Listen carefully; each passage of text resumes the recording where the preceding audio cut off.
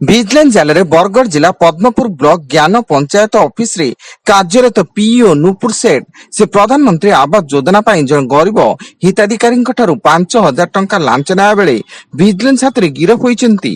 କିନ୍ତୁ madam PEO ନିଜେ ଲାଞ୍ଚ ଟଙ୍କା ନ ନେଇ ନିଜ ସ୍ୱାମୀ ବେଦ ପ୍ରକାଶ ବିଶ୍ୱାଳଙ୍କ ମାଧ୍ୟମରେ ନେଉଥିଲେ। ତେବେ ଭିଜିଲାନ୍ସ ତାଙ୍କ ସ୍ୱାମୀଙ୍କୁ ମଧ୍ୟ ଗିରଫ କରିଛି। ରାୟଗଡ଼ା ଜିଲ୍ଲା କଲ୍ୟାଣ ସିଂହପୁର ବ୍ଲକ ନାରାୟଣପୁର ପଞ୍ଚାୟତ ଭାତ ପରସି ଗ୍ରାମ ନିକଟ ପୋଲଠାରେ ଭାରସାମ୍ୟ ହରାଇ ଓଲଟିଲା ଟମାଟୋ ବୋଝେଇ ଟ୍ରକ୍ ଏବଂ ଗାଡ଼ିରେ ଥିବା 2 ଜଣଙ୍କର କିଛି କ୍ଷତି ହୋଇନଥିବା ବେଳେ ଉକ୍ତ ଟମାଟୋ ବୋଝେଇ ଟ୍ରକ୍ଟି କଲ୍ୟାଣ ସିଂହପୁର ପୂର୍ଣ୍ଣଭଟ୍ଟାଠାରୁ ଆନ୍ଧ୍ରପ୍ରଦେଶର ଶ୍ରୀକାକୁଲମ ଯାଉଥିଲା।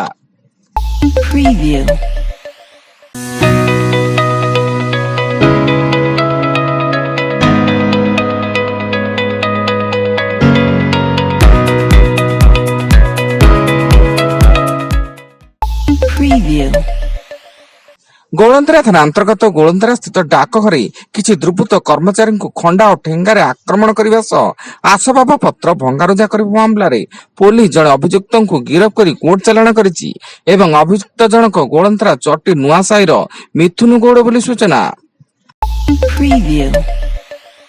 ଆଜି ବିଧାନସଭା ପରିସରରେ ଉଭୟ କଂଗ୍ରେସ ଓ ବିଜେଡିର ହାଇଡ୍ରାମା ନାରୀ ନିର୍ଯାତନା ପ୍ରସଙ୍ଗ ଓ ବିଧାୟକ ମାନଙ୍କ ନିଲମ୍ବନକୁ ନେଇ କଂଗ୍ରେସର ଧାରଣା ଓ ପ୍ରତିବାଦ ଜାରି ଥିବା ବେଳେ ବିଜେଡି ବିଧାୟକ ବ୍ୟାରିକେଡ ଭାଙ୍ଗି ରାସ୍ତାକୁ ଆସି ନାରାବାଜି କରିବା ସହ ପ୍ଲାକାର୍ଡ ଧରି ପ୍ରତିବାଦ କରିଛନ୍ତି।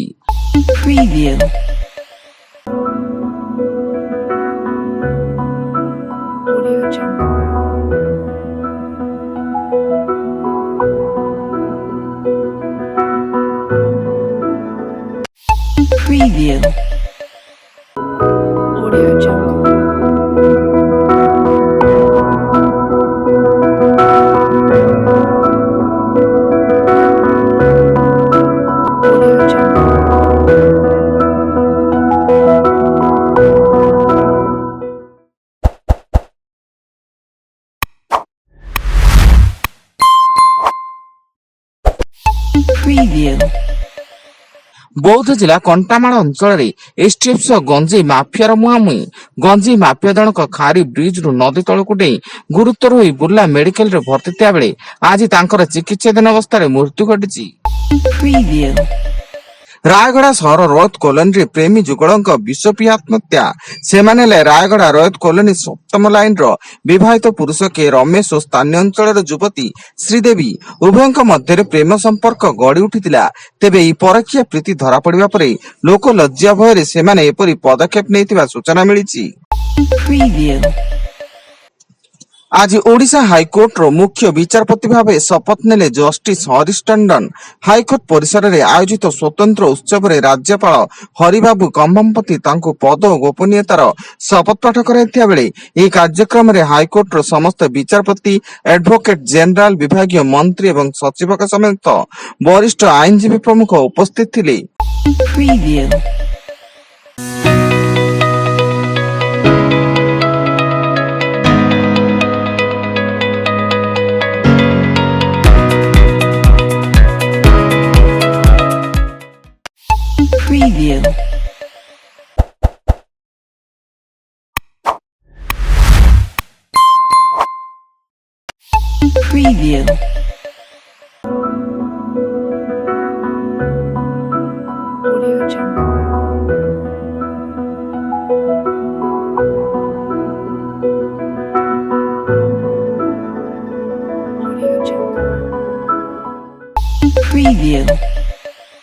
ଖୋର୍ଦ୍ଧା ଜିଲ୍ଲା ଟାଙ୍ଗୀ ଥାନା ଚଣ୍ଡେଶ୍ୱରରେ ଥିବା ବେଆଇନ ମାଙ୍କଡ ପଥରଖଣିରେ ବଡ ଧରଣର ଚଢଉ ବେଳେ ଟାଙ୍ଗୀ ପୋଲିସ 3ଟି ଜେସିବି, 7ଟି ଟ୍ରାକ୍ଟର, 2ଟି ବାଇକ୍ ଓ 6ଟି ପାୱାର ଟିଲର ଜବତ କରିଥିବା ବେଳେ ଏହି ଘଟଣାରେ 2 ଜଣଙ୍କୁ ଅଟକ ରଖି ପଚରାଉଚରା ଜାରି କରିଛି।